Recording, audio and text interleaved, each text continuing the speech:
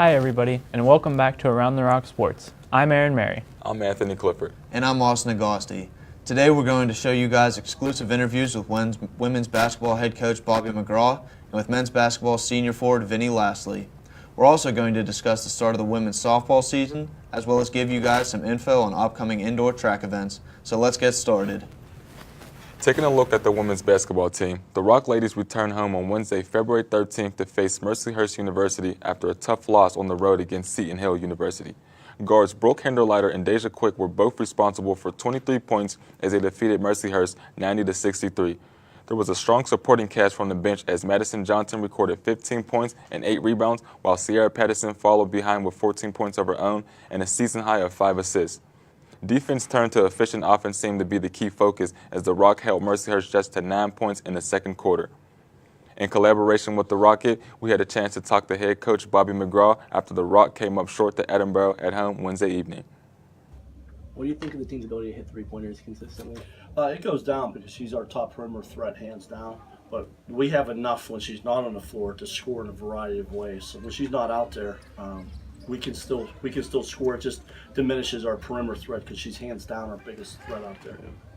She's having a great day from Monty Arch, 3 of 7. When Edinboro was hitting the shots like they had today from three-point and from anywhere on the court, how do you coach to counteract that from them? Well, I'll tell you what, the threes that we gave up in the first half shouldn't have happened.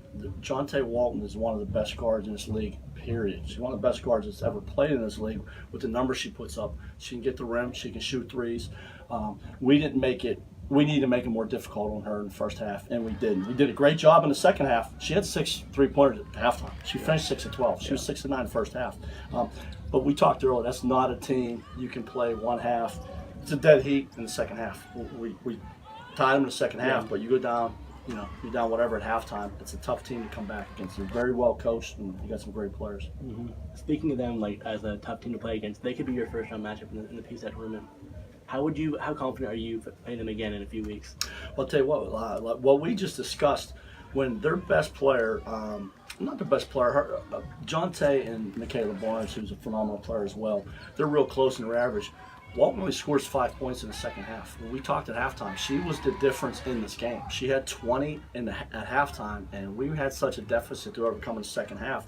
Like I said, it's a tie ball game. We scored 22 and 19 in the third and fourth quarter. They scored 22 and 19, but we went in halftime. We had that deficit, and we just never got over that hump to bring this thing all the way back. Yeah. What changed in the first half, the second half? Better effort. I mean, literally, there was nothing schematically we did differently. We were switching 1 through 4 times. We were just switching the guards at time. The effort overall was better defensively in the second half. I couldn't be more proud of the job we did on the glass. I mean, we beat Edinboro by 13 on the glass. It's one of the best rebounding teams in the conference. There's a bunch of good takeaways from this game, just not the final score. Yeah. I know I bring up Sierra a lot, but when she's on the court, she plays her whole heart on the line. Absolutely. She's a fantastic player. Do you wish more team was like that in terms of her drive and competition? Absolutely. We've had this discussion before. Sierra Patterson takes getting beat on defense personal. She takes missing shots personal. I like coaching players who take things personal and play with a sense of urgency, and she's done that, and she knows her career's starting to wind down here. So yeah, I would definitely take players who play with emotion and play with their heart on their sleeve and take things personal than people who might not care as much. I'm not saying they don't care, just not as much. And that's probably because that's my personality as well. So it's like 2 peas in a pod type of thing. The women are at 400, 8-11 in conference play, and they look to turn it around at Pitt Johnstown this Saturday at 1 p.m. in hopes of getting their first victory this season against the Mountain Cats. The men's basketball team is currently on a 4-game win streak after defeating the likes of Seton Hill, Mercyhurst, Clarion, and Edinboro. The Rock has won 3 out of its last 4 games by less than 5 points. They beat Seton Hill by 4, Clarion by 1, and Edinboro by 2. Now, we were able to catch up with SRU forward Vinny Lastly. Let's take a look. Last season, you went down with an injury, obviously, and you were redshirted last year because of that. Now you're back, so just after going down with an injury last season, what effect did that have on you? Did it make you just gain a new appreciation for the game, just being out there and playing? Yeah, it made me appreciate the game a lot, and it made me a lot hungrier, so I had to, work extra hard to get back to where I am now. For sure.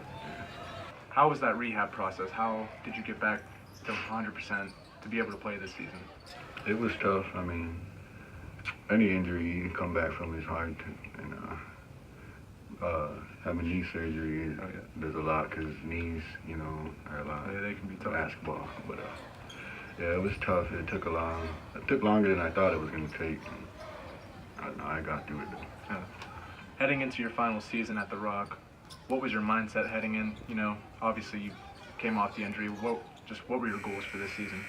Well, the overall goal for the team was to make the national championship and go as far as we can there. But personal goals for me was just to be the best player I can be to help my team and do whatever I can so that we can get the wins that we need to make our overall team goal. All right, guys, so something I want to talk about here is about the team getting hot at the right time. I know most college basketball teams, or any team for that matter, towards the end of the season, you always want to start getting hot to make that playoff push. And in the men's basketball team's case, it's all about getting to that tournament. Right. Yeah. No, I agree, and I think with everything that they've gone through this season, Till's injury, coaching change, I mean, they're doing that. They didn't let that stop, though. They didn't. No, it's all about that they next know what man their up. main focus was, Yeah.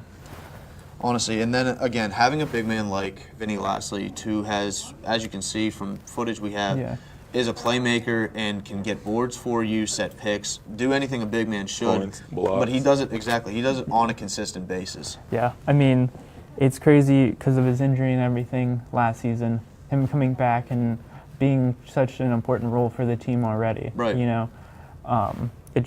It just helped them to be where they are right now. Yeah. And especially with what I've mentioned, the injury and everything. So yeah. Absolutely. It also showed that he was determined to come back and get back to where he was. Yeah. And it's clearly shown. Yeah, honestly, and that's a testament to him to get back, because it's not easy to come back from injury. It's not.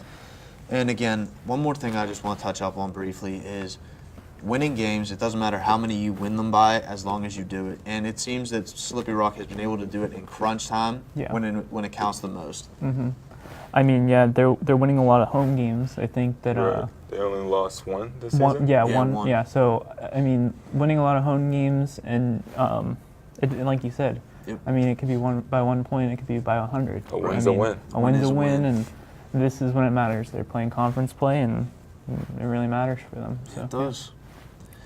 So the men look to continue their winning streak at Pitt Johnstown tomorrow at 3 p.m. Alrighty, guys. So let's move on to women's softball. Last season, they ended with an overall record of 17-24, which was their best season in over the past 5 years. They lost 6 seniors, however, but this season they gained 6 freshmen, who are going to be mostly utility players, but they also gained a catcher and a pitcher. So let's talk a little bit about sophomore pitcher Kami Shoemaker. Let's talk about it. I mean, you guys witnessed it firsthand. The fire that she was throwing, the heat that she had. I mean. And this was during practice. So just imagine in game. Yeah. Also, when things are actually on the line, I'd be scared if I was a girl. I think there's another notch up to that speed. Exactly. It takes her another gear once she gets to game time. Yeah. Kind of felt bad for the catcher though. So honestly, that heat going into the glove. Yeah. Just a loud pop. Yeah. I mean, I've played baseball and everything, and I mean, I know what that catcher's mitt feels like, but that softball is so much bigger. Yeah, it's a bigger ball. Yeah. That's definitely and to be able to throw it that fast. Yeah. Honestly, she wasn't even throwing just fastballs. She was throwing curveballs, switch up. It was ridiculous. That is an interesting thing. You said a softball. It's not like a regular baseball. Mm-hmm. No, I mean these women have some power behind them. Yes, they do. I mean, she's only a sophomore, so we only have a couple more years to get to witness this. So yeah. So the team now still only has 4 seniors, but one of them is infielder and lefty slapper Megan Brown. We had the chance to talk to her this week about the beginning of her last season. So do you have any pregame rituals or anything you do before every at-bat? Honestly, I step up to the plate, and I do have the same thing I do every single time, kind of just swing the bat twice, and then I get up into my position. Other than that, nothing too extravagant. Or every single time I do something different. But. Right. And what's your mindset going into your senior year? Do you have any goals for your season? Mindset senior year, honestly, just to do whatever I can to help the team out. Every year I kind of have that mindset of having that 300 batting average. If I can do that, then I'm obviously helping myself and the team in a tremendous way. I'm going for that stolen base record. Right. I already have, I think, 5 on the season. Other than that, just doing whatever I can to get us wins and get us to the championship. Right. And lastly, how do you feel about going on your last spring break trip with the team? A little emotional. I've been playing for 4 years, and I've built great relationships with a lot of girls on the team, and just looking forward to going down in some sun, playing some ball, and coming home with hopefully an over 500 record and just enjoying it. We also heard from head coach Rice on their expectations for the rest of this season. Let's check that out.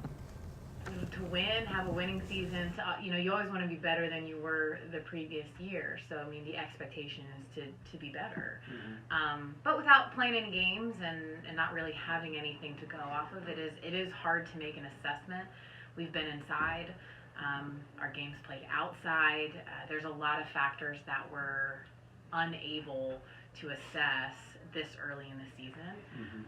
But that's expected. It's like that every year. But we have a lot of returners, but we also lost a lot of seniors and leadership in that regard too. So it'll be interesting. But yeah, the jury's still out. So, yeah. All right, guys. So let's talk a little bit. I mean, I really think with what we've seen from Brown and the coach, I just really think that we're moving forward into a great softball season.